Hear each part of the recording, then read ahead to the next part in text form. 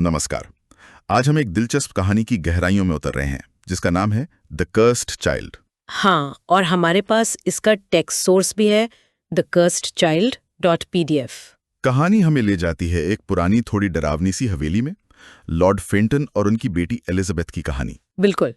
और कहानी का एक अहम पहलू ये है कि एलिजाबेथ को लेकर एक चिंता थी। माना जाता था कि वो मां नहीं बन सकती। अच्छा, और उस जमाने में ये शादी के लिए एक बड़ी अड़चन रही होगी, है ना? हाँ, बहुत बड़ी। तो यहीं से सवाल उठता है कि एक पिता अपनी बेटी की शादी करवाने के लिए मतलब क्या कुछ कर सकता और है। कहानी में एक अजनबी भी आता है ना? हाँ।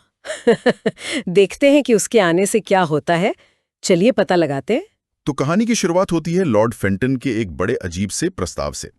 वो कहते हैं कि जो कोई भी एलिजाबेथ से शादी करेगा उसे हवेली और सारा कारोबार सब कुछ मिल जाएगा। सब कुछ? ये तो बहुत बड़ा ऑफर था। जाहिर है वो काफी हताश रहे होंगे। हाँ बिल्कुल।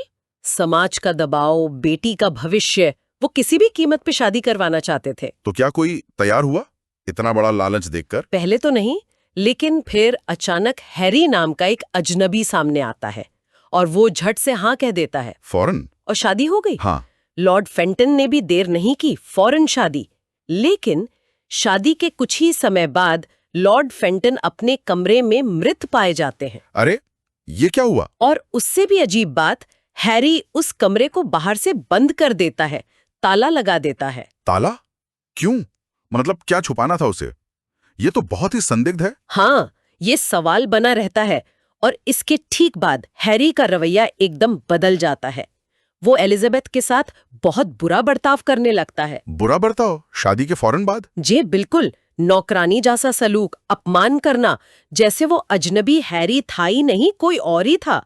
शायद दौलत हाथ आते ही उसका असली चेहरा सामने आ गया। कितना खौफनाक। बेचारी एलिजाबेथ। लेकिन फिर कहानी में एक और मोड़ आता है। शायद एलिजाबेथ मां बनने वाली होती है। हाँ, यही तो। एलिजाबेथ के लिए ये एक चमत्कार जैसा था, शायद उनकी निराशा में एक उम्मीद की किरण। पर हैरी को यकीन नहीं हुआ होगा। उसे शक था। वो समझ नहीं पा रहा था कि ये कैसे मुमकिन हुआ। उसकी क्रूरता और शक दोनों साथ साथ चल रहे थे। और फिर बच्चे का जन्म? बच्चा तो पैदा होता है, एक बेटा। लेकिन जन्म देते ही एलिजाबेथ की मौत हो जाती है। ओहो, तो हैरी अकेला रह गया बच्चे के साथ। उसे क्या लगा? अब हैरी को ये तो समझ आता है कि बच्चा उसी का है, पर कैसे, ये रहस्य बना रहता है। पत्नी की मौत, रहस्यमय बच्चा, सब कुछ उलझा हुआ। लेकिन ये मौतों का सिलसिला यहीं खत्म नहीं होता है ना? नहीं, बिल्कुल नहीं। ये तो बस शुरुआत थी। हैरी फिर से शादी करता है। अच्छा। और कुछ ही समय बाद उसकी ये नई पत्नी भी अपने बिस्तर पर मृत मिलती है, गला कटा हुआ। क्या? गला कटा हुआ?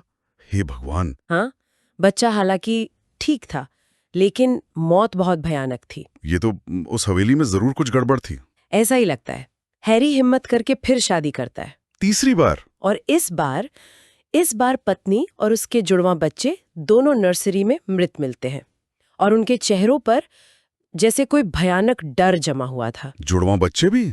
नहीं। और ये खत्म नहीं हुआ। एक और शादी, वही नतीजा, पत्नी और बच्चा दोनों मृत। ये तो पागलपन है।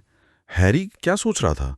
उसे कुछ समझ नहीं आ रहा था। अब उसे शक होने लगता है अपने पहले बेटे पर, एलिजाबेथ के बेटे पर।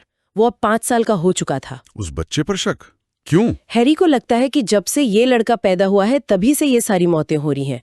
वो इसे शापित, मनहूस मानने लगता है। तो उसने क्या किया? एक रात वो फैसला करता है कि वो इस बुराई की जड़ को खत्म कर देगा। वो बच्चे को मारने के इरादे से उसके कमरे में जाता है। अपने ही बेटे को? हाँ, लेकिन जैसे ही वो हमला करने वाला होता है, कुछ ऐसा होता है जिसकी उसने कल्पना भी नहीं की होगी। क्या? क्या हुआ? वो बच्चा, वो हिलता भी नहीं। उसकी आंखें खुलती हैं और वो लाल रंग की चमक रही होती हैं। लाल आंखें? हाँ, और वो बच्चा बोलता है, पर आवाज किसी बच्चे की नहीं बल्कि एक बहुत पुरानी गहरी आवाज होती है। वो बताता है कि वो शैतान है। शैतान? मतलब एलिजाबेथ ने? हाँ, बच्चा कहता है कि एलिजाबेथ ने संतान पाने की अपनी बेतहाशा इच्छा में, अपनी हताशा में उसे बुलाया था, एक सौदा किया था। तो वो चमत्कार नहीं, एक सौदा था। बिल्कुल। और वो बच्चा यानी शैतान बता रहा था कि उसने हैरी की पत्नियों और उनके बच्चों की आत्माओं को खाकर अपनी ताकत बढ़ाई है। हे भगवान, ये तो बहुत भयानक है।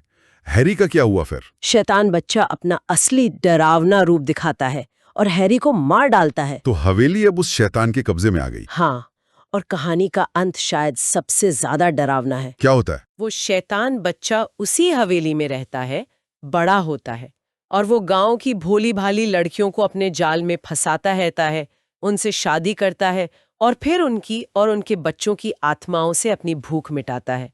वो हवेली, रेवेंसवुड मैनर, उसका शिकारगाह बन जाती है, हमेशा के लिए। एक अंतहीन चक्र, बुराई का। हाँ, बुराई का एक ऐसा चक्र जो कभी खत्म नहीं होता। तो ये कहानी एक पिता की लाचारी, एक अजनबी का लालच, एक औरत की बेपनाह निराशा और इन सब के कितने भयानक नतीजे हो सकते हैं, ये दिखाती है। जिसे उम्मीद समझा गया वो असल में एक श्राप निकला। बिल्कुल। और ये सोचने पर मजबूर करती है कि क्या निराशा और हताशा इंसान को इस हद तक ले जा सकती है? क्या वो ऐसे सौदे कर सकता है?